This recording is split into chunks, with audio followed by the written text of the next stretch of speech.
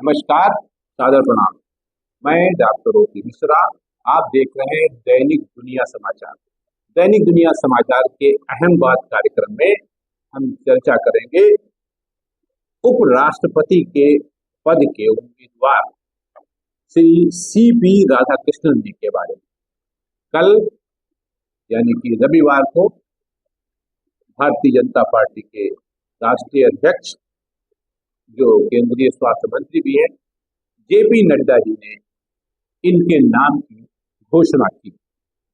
मौजूदा समय में वे महाराष्ट्र में राज्यपाल के पद पर आसीन हैं और अब उपराष्ट्रपति का चुनाव वो लड़े।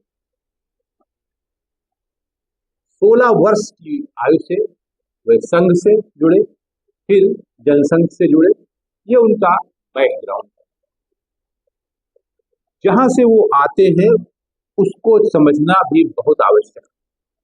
ये असली इसमें गेम क्या है, होता क्या है कि जिस प्रदेश से या जिस राज्य से राष्ट्रपति या उपराष्ट्रपति पद का प्रत्याशी आता है, वहां जो भी पॉलिटिकल पार्टी है, ऐसी व्यवस्था है कि उन पार्टियों को उस प्रत्याशी को समर्थन करना होता है। ये अपने आप में बड़ी बात है। हम सब जानते हैं कि भारतीय जनता पार्टी का दक्षिण में उतना प्रभाव नहीं जितना उसका ये हिंदी भाषी प्रदेशों में। इसलिए उसको अपने पैर भी पसारने और तमिलनाडु में 2026 में चुनाव होने वाले, उम्मीद की जा सकती है और ऐसा माना जा सकता है कि नए उपराष्ट्रपति यानी सीपी राधाकृष्णन जी तमिलनाडु की राजनीति में अपने प्रभाव का इस्तेमाल कर सकते हैं। धनखड़ जी जब से गए थे तब से इस तरह के कयास लगाए जा रहे थे, कौन आएगा, दर्जनों नाम चर्चा में आए।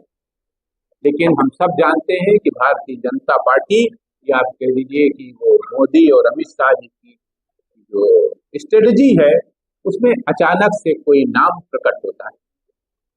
जो व्यक्ति चर्चा में आया है, जिसके नाम की घोषणा की गई है, सीपी राधाकृष्णन, इसके जरिए भारतीय जनता पार्टी ने एक तीर से कई निशान साधे।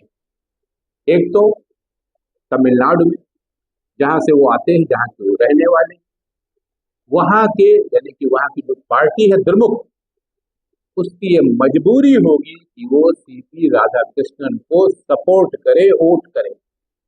दूसरा क्या है, भारतीय जनता पार्टी और संघ के बीच अंदर खाने, ऊपर चाहे इतना अच्छा बोला जा रहा है, अंदर खाने कुछ न कुछ चल रहा है। इतिहास में पहला मौका है कि 15 अगस्त को 2025 को भारत के प्रधानमंत्री ने संघ की तारीफ लाल किले की प्राचीर से की।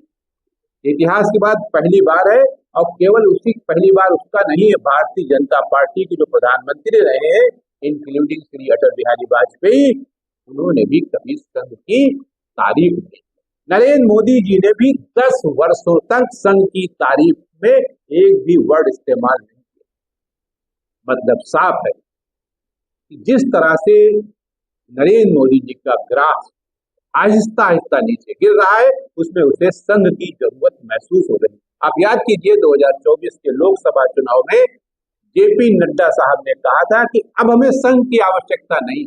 इस बात को काफी गंभीरता से संघ ने लिया था, और अब भारतीय जनता पार्टी को महसूस हो चुका है कि संघ की आवश्यकता है।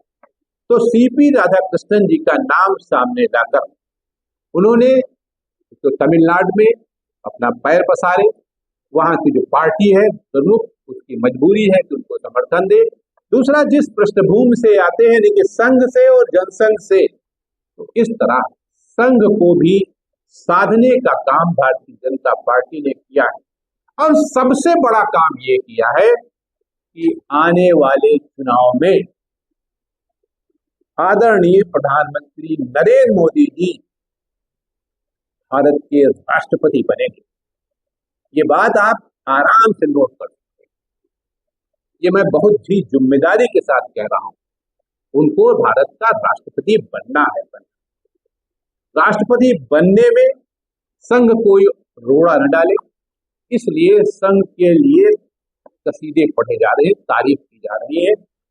उसे विश्व का सबसे बड़ा एनजीओ बताया जा रहा है।